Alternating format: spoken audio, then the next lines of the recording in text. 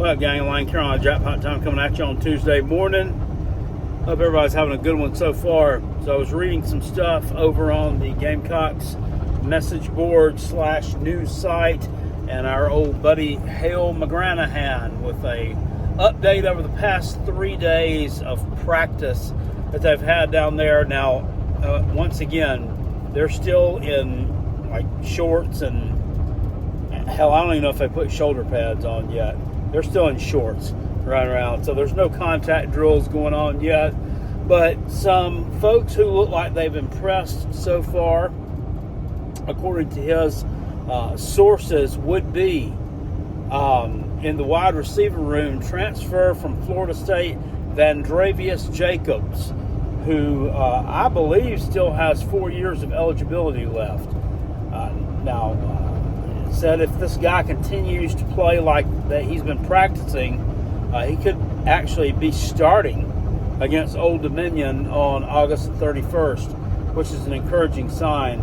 The offensive line unit, they're saying, looks a heck of a lot better than it had at this point last year, and a lot of that has to do with just the fact that they're stocked with more depth and are able to rotate guys in and out. They did mention the transfers, Torricelli Simpkins from North Carolina Central, who was the MEAC Offensive Lineman of the Year in 2023. I thought this guy would be good. And Kamar Bell, who is another interior offensive lineman that transferred from Florida Atlantic. Those are some positive things here and there. And over on the defensive side of the ball, they mentioned DeAndre Jules, the transfer from Pittsburgh, and Demetrius Knight, transfer from Charlotte. Not a whole lot to report so far on the players who have already been in the program, but they did talk about Lenore Sellers. Said, he has just continued to look good. Looks good through practice so far. That's why they heard about him in spring. Looks good. Pretty much the same thing I've been hearing about him ever since he's been at South Carolina. Now we just have to see what he's going to do commanding the offense.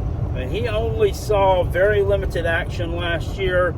And, everybody wants to talk about, we don't know what he can do. He looked pretty good when he was in there. Had very limited passing attempts, threw a couple of touchdowns. I'm high on this guy. Now, one thing that does concern me, and nobody's really talked about it, the style of football he plays, you see that dual threat style, he's going to take off running. How's his ball control? Is he going to be able to hang on to the football is what I mean. Because you kind of open yourself up for putting the ball on the ground when you're running that kind of offense. So that's a little bit concerning. And then just with the passing game, I have no doubt that he's talented there and that he can push the ball down the field vertically. But, is he going to try to push it into tight windows that are going to close too quickly? Is he going to be able to make adjustments on the fly?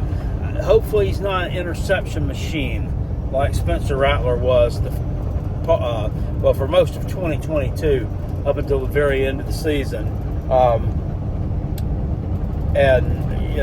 And parts of 2023 as well.